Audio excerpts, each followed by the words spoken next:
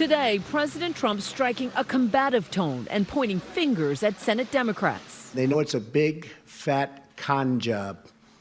And they go into a room, and I guarantee you, they laugh like hell at what they pulled off on you and on the public. The president fielding a range of questions on sexual assault accusations against his Supreme Court nominee, Brett Kavanaugh. When I look at what's happened to the reputation of a great gentleman, a great intellect, a brilliant man, somebody that has a chance to be one of our great Supreme Court justices in history, intellectually, I think it's a shame. All this as another accuser emerged today with a sworn statement alleging another account of sexual misconduct. ABC's Jonathan Karl. You have daughters. Can you understand why a victim of sexual assault would not report it at the time? Don't you understand? By the way, I only say this.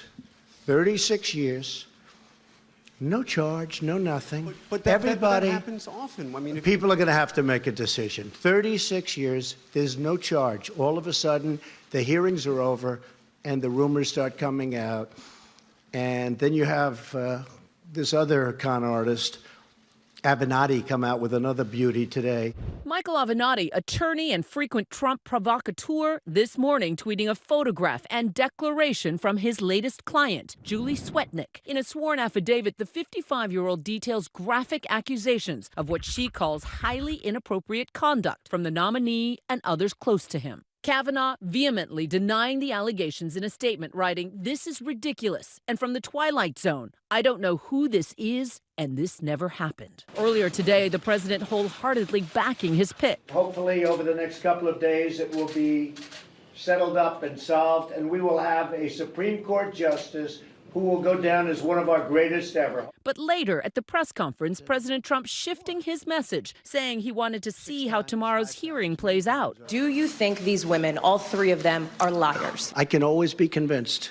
I have to hear it. It sounds like what you're saying is there is a scenario under which you would withdraw Brett Kavanaugh's nomination. Is that correct? If I thought he was guilty of something like this, yeah, sure. And you will wait until tomorrow to make up your mind? I want to watch. I want to see. I hope I can watch. All this drama unfolding on the eve of Thursday's highly anticipated hearing before the Senate Judiciary Committee, where Kavanaugh and one of his accusers, Dr. Christine Blasey Ford, are expected to testify. This after days of disturbing allegations regarding Kavanaugh's time in high school and college, first brought by Blasey Ford. And then by a second accuser, Deborah Ramirez, a Yale classmate who told her story to The New Yorker. Ramirez telling the magazine that Kavanaugh had exposed himself at a drunken dormitory party, thrust his penis in her face, and caused her to touch it without her consent as she pushed him away. Kavanaugh denied her story and said the alleged event from 35 years ago did not happen. This is a smear, plain and simple. In a highly unusual move, Kavanaugh and his wife appeared on Fox News to defend his character. I think all of us have probably done things we look back on in high school and regret or cringe a bit, but that's not what we're talking about. We're talking about an allegation of sexual assault. I've never sexually assaulted anyone. But today's new allegations paint a different picture. Swetnick says she's worked on and off for the federal government for years, holding security clearances for multiple departments. She writes that back in the early 80s, she became aware of efforts that Kavanaugh, his close friend Mark Judge, and others would spike the punch at house parties in order to cause girls to lose their inhibitions and their ability to say no. She goes on to write that she also witnessed efforts by Mark Judge, Brett Kavanaugh, and others to cause girls to become inebriated and disoriented so they could be gang raped in a side room or bedroom by a train of numerous boys. She claims she too was raped by multiple boys at a party attended by Kavanaugh, yet she doesn't contend that either Kavanaugh or Judge were among her alleged assailants. ABC News has been unable to corroborate Swetnick's allegations. While both Kavanaugh and Judge have denied those allegations, both men are also named in Dr. Blasey Ford's accusations, who first detailed her account to the Washington Post, saying she was at a party when the now nominee pinned her to a bed and groped her. "He was trying to attack me and remove my clothing," Blasey Ford said. "I thought he might inadvertently kill me." She claims she managed to escape. Kavanaugh also denies this happened. Today, Dr. Blasey Ford's attorneys releasing a handwritten account as part of a lie detector test she took, and they say she passed. but Brett Kavanaugh submitting evidence of his own, including a 1982 detailed calendar to show he wasn't the party animal he's been portrayed as, instead noting college interviews for Brown and Yale, and this reminder to go to judges.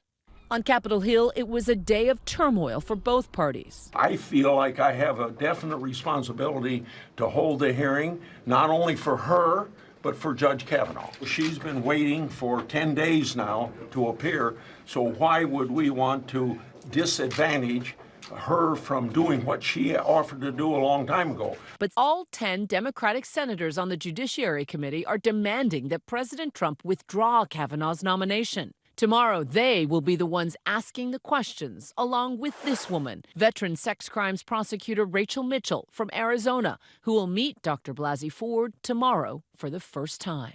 Brought in by the Republicans in committee, all of them men.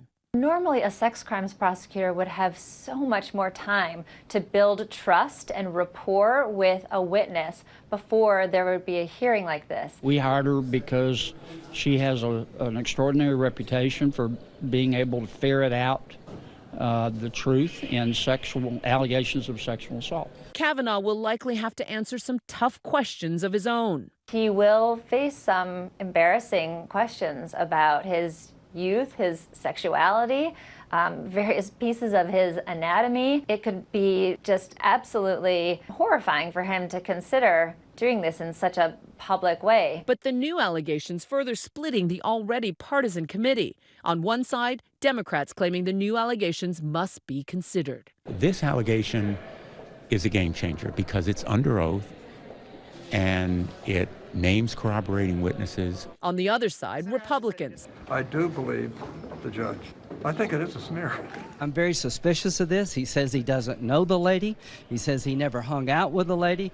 And Senator Lisa Murkowski, a key swing vote, believes in the process. They will be on the record under oath, and it will be an opportunity for us to again hear both sides of this story.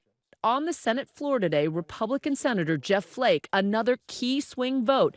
Up or down, yes or no, however this vote goes, I'm confident in saying that it will forever be steeped in doubt. Elsewhere on Capitol Hill, angry protesters once again filled the rotunda and hallways, calling for an end to Kavanaugh's nomination. Shame! Shame! Among them, actress and Me Too activist Alyssa Milano, leading the charge with one group testifying outside of congressional offices. When I was 15 years old, for her, the fight is personal. I felt a hand up my skirt and I was punched repeatedly in the vagina. I couldn't turn around.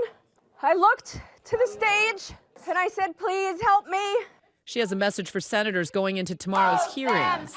I hope that the senators really take into consideration the pain and the rage that we're feeling. Survivors shouldn't have to tell their stories for senators to do the right thing. We're just hoping that the Republican senators will stand up for survivors, stand up for women, and demand a fair process.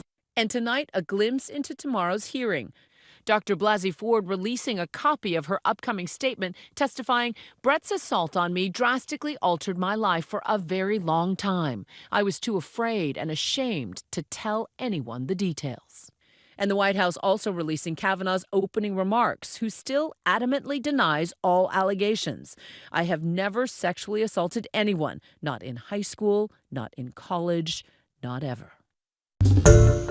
Hi everyone, George Stephanopoulos here. Thanks for checking out the ABC News YouTube channel. If you'd like to get more videos, show highlights, and watch live event coverage, click on the right over here to subscribe to our channel, and don't forget to download the ABC News app for breaking news alerts. Thanks for watching.